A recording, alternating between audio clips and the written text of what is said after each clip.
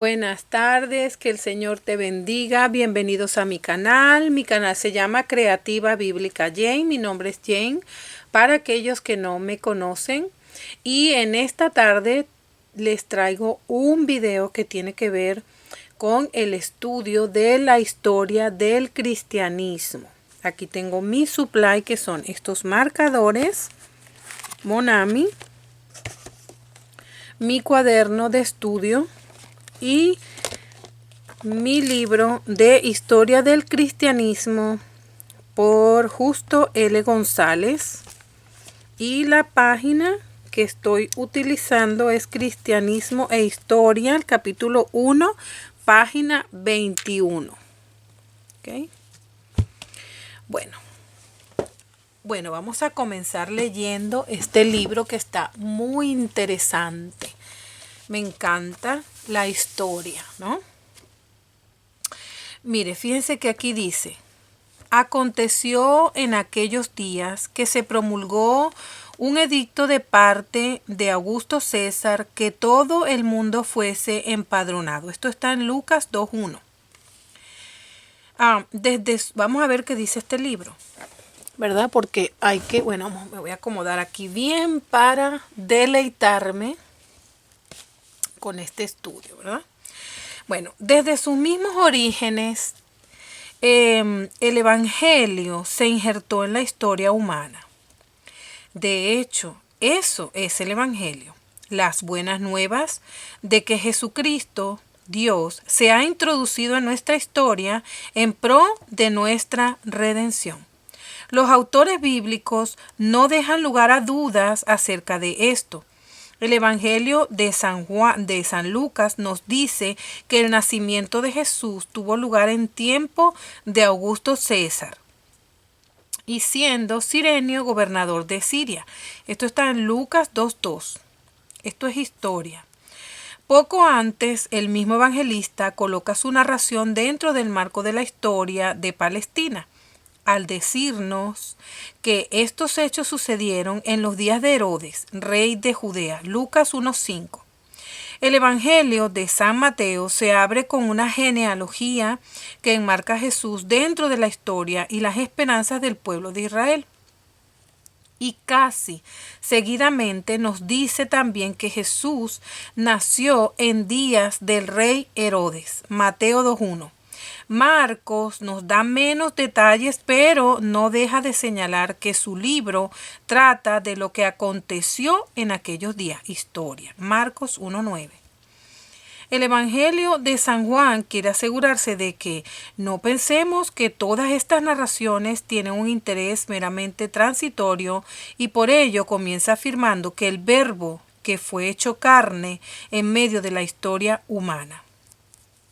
Y comienza afirmando que el Verbo que fue hecho carne, ¿ok?, en medio de la historia humana. Juan 1:14 es el mismo que era en el principio con Dios. Juan 1:2.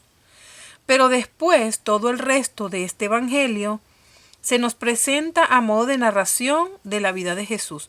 Por último, un interés semejante puede verse en la primera epístola de San Juan, cuyas primeras líneas declaran que lo que era desde el principio es también lo que hemos oído, lo que hemos visto con nuestros ojos, lo que hemos contemplado y palparon nuestras manos. Primera de Juan 1:1. Esta importancia de la historia para comprender el sentido de nuestra fe no se limita a la vida de Jesús, sino que abarca todo el mensaje bíblico. En el Antiguo Testamento, buena parte del texto sagrado es de carácter histórico.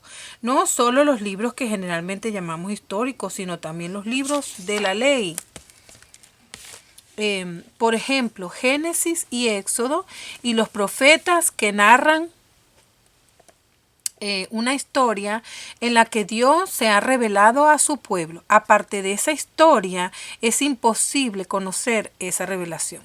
Sin esa historia no podemos conocer esa revelación. También en el Nuevo Testamento encontramos el mismo interés en la historia.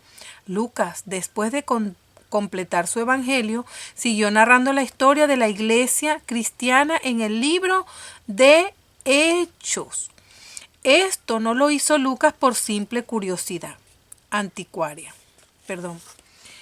Esto no lo hizo Lucas por simple curiosidad anticuaria. Lo hizo más bien por fuertes razones teológicas. Aleluya. En efecto, según el Nuevo Testamento, la presencia de Dios entre nosotros no terminó con la ascensión de Jesús. Al contrario, el propio Jesús les prometió a sus discípulos que no les dejaría solos, sino que les enviaría otro consolador. Juan 14, 16 al 26. Y al principio de Hechos, inmediatamente antes de la ascensión, Jesús les dice que recibirán el poder del Espíritu Santo y que en virtud de ello les serán testigos hasta lo último de la tierra. Hechos 1:8. La venida del Espíritu Santo en el día de Pentecostés marca el comienzo de la vida de la iglesia. Por lo tanto, lo que Lucas está narrando en el libro que generalmente llamamos Hechos de los Apóstoles, no es tanto los hechos de los apóstoles como los hechos del Espíritu Santo a través de los apóstoles. Lucas escribe entonces 2 libros, el primero sobre los hechos de Jesucristo y el segundo sobre los hechos del Espíritu. El segundo libro, empero, casi parece haber quedado inconcluso. Al final de Hechos, Pablo está todavía predicando en Roma y el libro no nos dice qué fue de él ni del resto de la iglesia. Esto tenía que ser así porque la historia que Lucas está narrando necesariamente no ha de tener fin hasta que el Señor venga. Aleluya, aleluya, aleluya.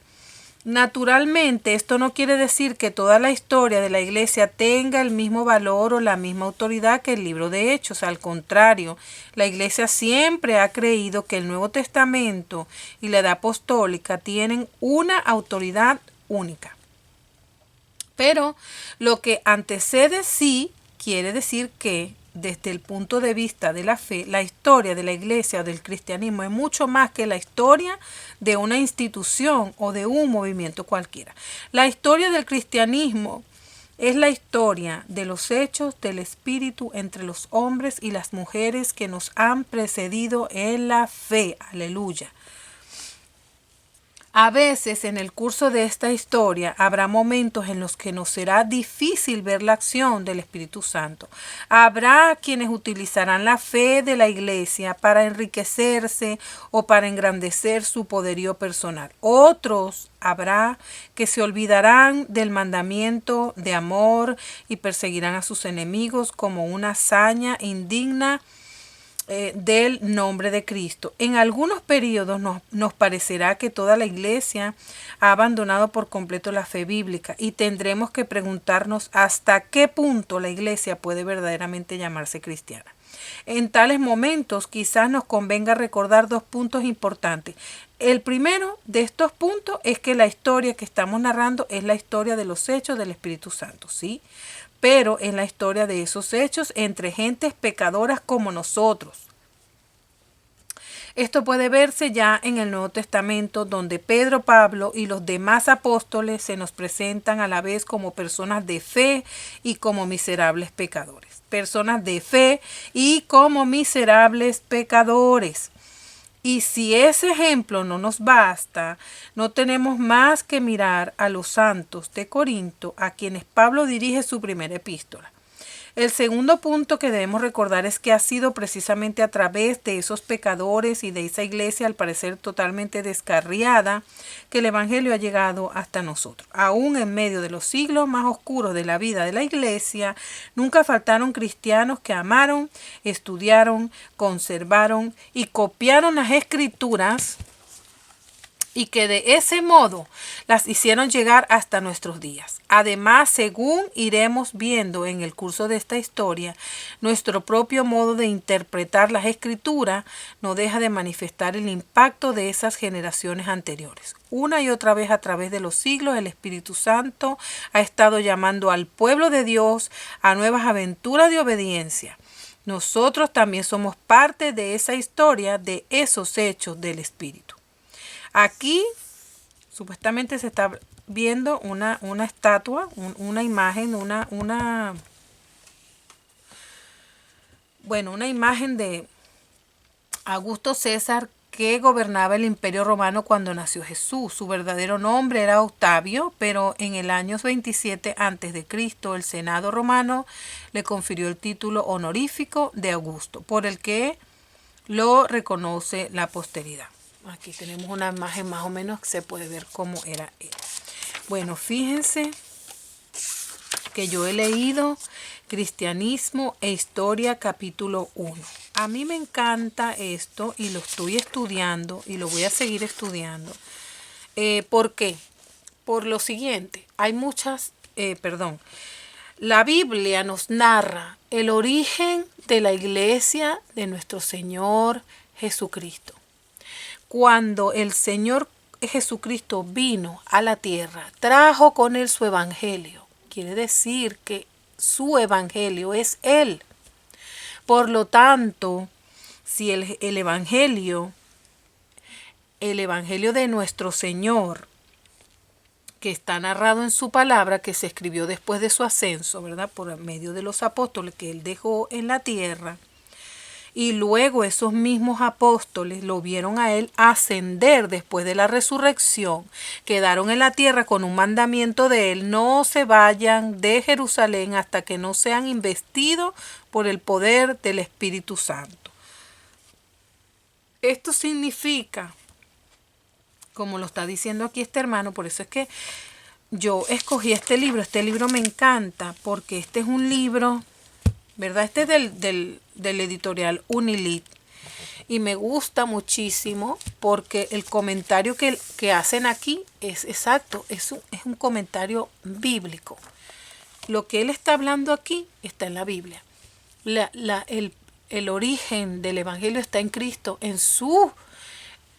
Jesucristo es el evangelio, es su palabra.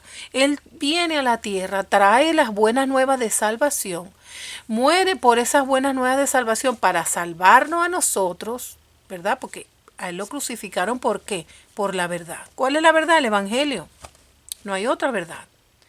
Lo crucifican, él resucita, asciende al cielo y le deja un encargo a los apóstoles, que hicieran discípulos a todas las naciones. Allí, con la venida del Espíritu Santo, está narrado en los Hechos, es el principio y el origen de la iglesia de Jesucristo nuestro Salvador.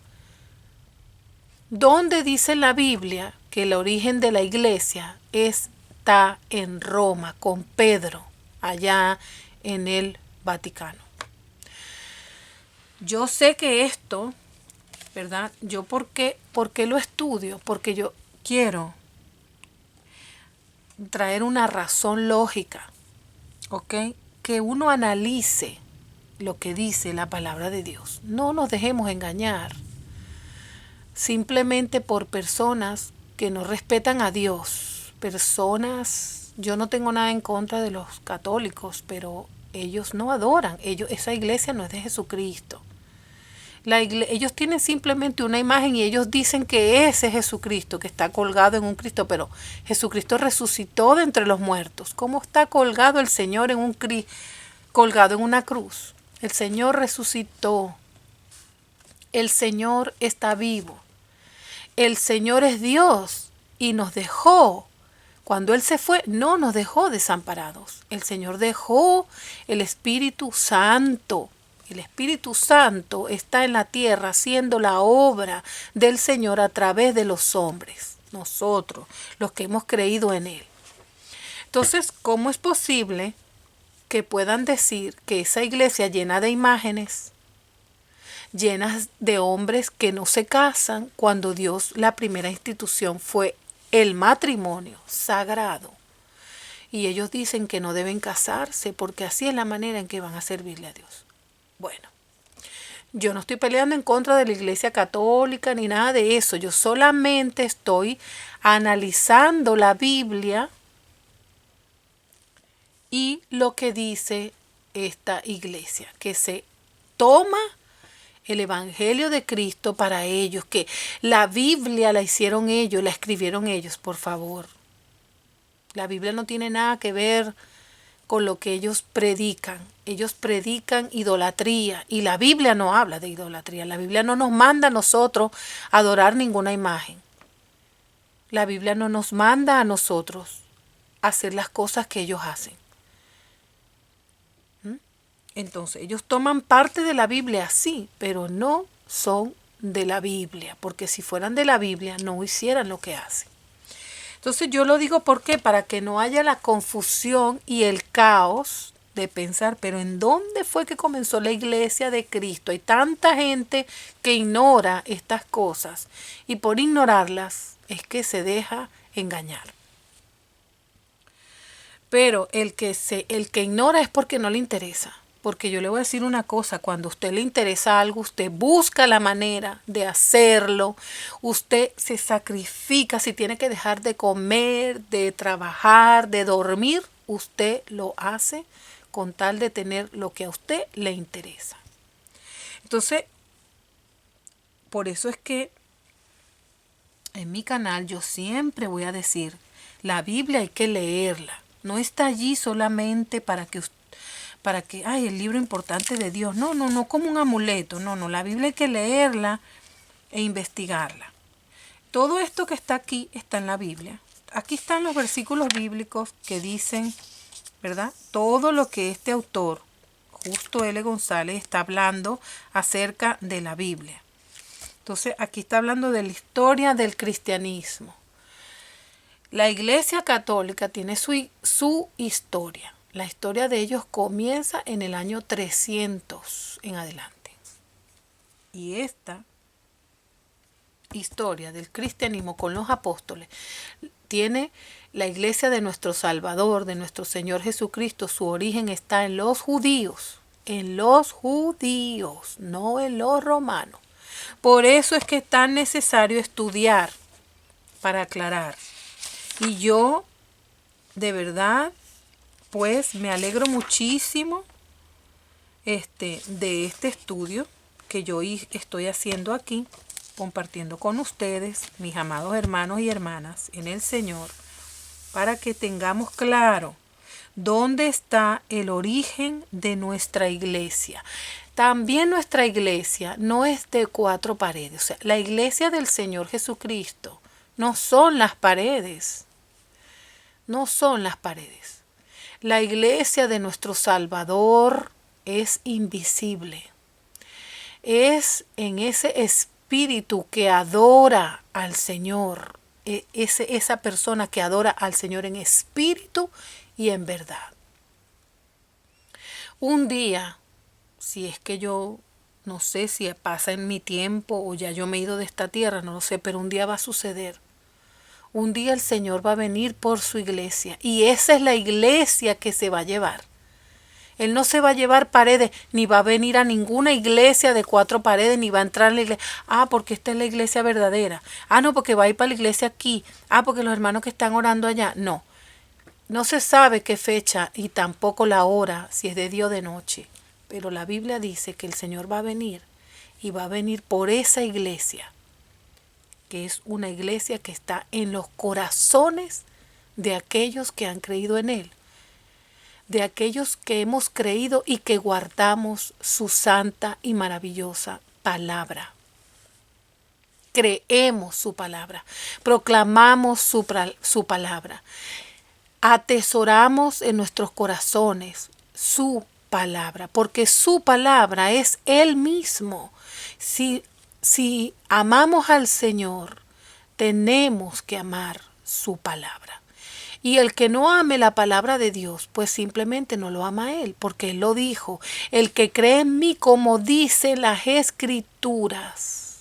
Como dicen las Escrituras. Y como dicen las Escrituras.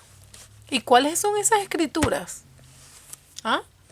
Porque cuando el Señor estaba hablando con el pueblo de Él, que eran los judíos en ese tiempo, no había Nuevo Testamento. No era el Nuevo Testamento. No. Era el Antiguo Testamento. Así que para creer en el Señor, como dicen las Escrituras, tenemos que leer, escudriñar e investigar la Biblia, el Antiguo Testamento, para ver si Él, como dice la Biblia, dio los pasos que la Biblia dice. Y ahí están. El cumplimiento de esa Biblia antigua, que es todo el Antiguo Testamento: Génesis, Éxodo, Levítico, Deuteronomio, Número y Deuteronomio, Primera de Crónicas, Segunda, Primera de Samuel, Segunda, Primera de Reyes, Segunda. Todos los profetas, mayores y menores, que no son menores en importancia, ¿ok? Sino porque son escritos más cortos, pero en importancia todos son número uno. Todo ese Antiguo Testamento, hasta Miqueas, que es el último libro profético, les voy a decir, hasta ahí hay que investigar, porque allí está escrito sobre el Señor. Hay que creer en el Señor, como dice todo el Antiguo Testamento. ¿Y cómo va a ser eso? ¿Cómo vamos a saber eso? Porque hay que leerlo, ahí está. Juan dice que si ellos hubieran tratado de escribir todas las cosas que el Señor hizo, no cabrían los libros sobre la tierra. Pero que esos que se escribieron para enseñarnos a nosotros. Entonces quiere decir que uno tiene que leer, escudriñar, aprender, atesorar, guardar y cumplir con la palabra de Dios. Yo sé que no nos vamos a salvar por cumplir, no, porque no estamos en la ley. Pero nosotros tenemos que guardar respeto y reverencia a la sagrada palabra de Dios. Sagrada palabra de Dios. Que no tiene nada que ver con ropa, ni comida, ni con pinturas, ni con peinados, ni con oro, ni con perla, ni con nada, ni con adorno, ni con nada de eso. Eso es en el espíritu. El evangelio es espíritu. El Señor Jesucristo dijo que su palabra es espíritu. Espíritu. ¿A dónde va el espíritu? ¿Dónde mora el espíritu? En la carne. Sí, en la carne, pero en el espíritu. Y la carne se opone a lo espiritual. Entonces no podemos ser carnales para servirle a Dios. Tenemos que servirle en el espíritu, no en la carne, porque la carne es contraria. La carne y el espíritu están así, mire. Es una lucha diaria que tenemos internamente a todos los que creemos en nuestro Salvador. Todos los que creemos en nuestro Señor, en nuestro Redentor, tenemos esa lucha hasta que, partamos de esta tierra o el Señor venga, porque dice la palabra de Dios que muchos cuando el Señor venga, muchos no van a morir, sino que serán arrebatados, ¿verdad? No verán muerte. Entonces, pero unos pues no sabemos cuándo va a ser eso, así que yo por eso digo, no lo sé, si me voy a morir antes o después. Solo eso lo sabe Dios. Pero lo que yo sí sé es que como está escrito en la palabra, así va a suceder. Entonces, me ha gustado muchísimo haber compartido con ustedes este mensaje, que es una enseñanza bíblica, historia del cristianismo, donde tiene el origen la iglesia de nuestro Señor Jesucristo. ¿Dónde tiene su origen? Bueno, la iglesia nace el día de Pentecostés, el día que el Espíritu Santo descendió sobre los apóstoles y ellos fueron llenos del poder de Dios. Ese día comienza la iglesia de nuestro Señor Jesucristo allí en Jerusalén, con los apóstoles, con los judíos, en el pueblo de Dios Israel. Ese es el día y el origen de la iglesia cristiana. ¿Okay? Entonces, a mí me encanta siempre, después que yo estudio, hacer algún resumen y escribir, ¿verdad? Porque siempre me gusta escribir después que yo estudio, porque se me queda mucho más el mensaje cuando yo escribo. Entonces en este momento, bueno, me voy a poner a escribir y yo espero que le haya gustado estos comentarios. Y ahora voy a escribir lo que yo quiero guardar en mi mente y en mi corazón acerca de esta enseñanza. Voy a usar este color.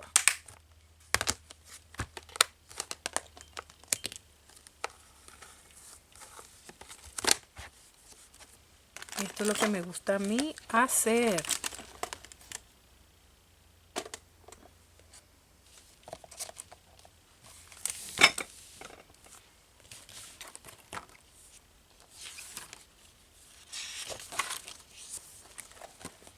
Este es el segundo estudio.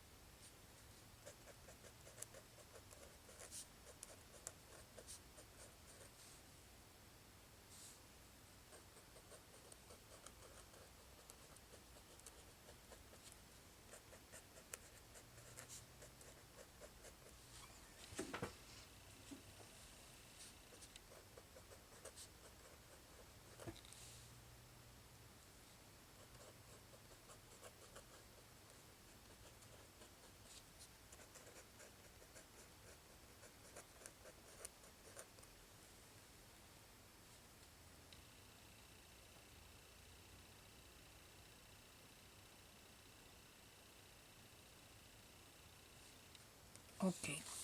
Entonces, bueno, hasta aquí voy a dejar yo esto, porque esta es la parte que me ha gustado, que se me ha quedado de lo que es el Evangelio.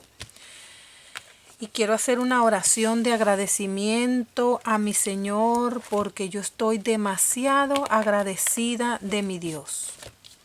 Estoy sumamente, grandemente agradecida de mi Salvador, de mi Señor Jesucristo, de todas las cosas maravillosas que mi Señor ha hecho en todos estos años que yo le he servido, que yo he estado en el Señor. Estoy muy, muy agradecida de mi Dios, de mi Salvador, por permitirme estar de nuevo aquí en mi canal hablando de su maravillosa palabra, que Él me ha dado la salud, me ha dado las fuerzas y la sabiduría, el deseo para estudiar su palabra y hacer estos videos maravillosos que van a ser una serie, pero bueno, Dios sabrá si me va a dar la vida, porque en estos tiempos de COVID todavía uno no sabe qué irá a pasar, pero yo siempre me encomiendo a mi Señor. Padre amado, en el nombre poderoso de mi Señor Jesucristo, quiero darte las gracias por cada persona que está ahorita en estos momentos viendo este video, escuchando tu palabra y la predicación, la enseñanza y el estudio de tu palabra. Gracias, mi Señor Jesucristo. Estoy muy agradecida porque tu palabra se cumple.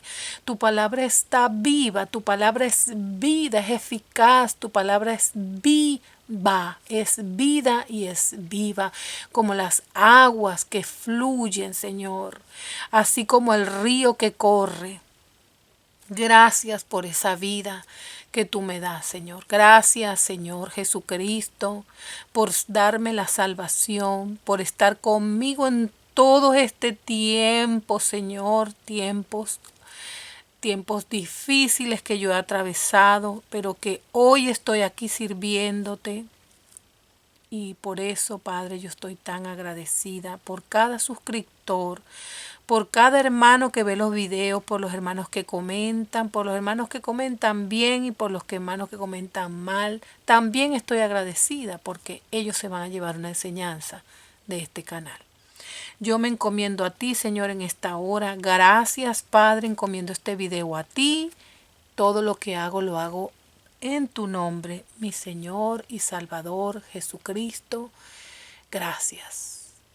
Amén. Si te ha gustado este video, dale like, suscríbete a mi canal y toca la campanita y nos vemos en un próximo video. Bye bye.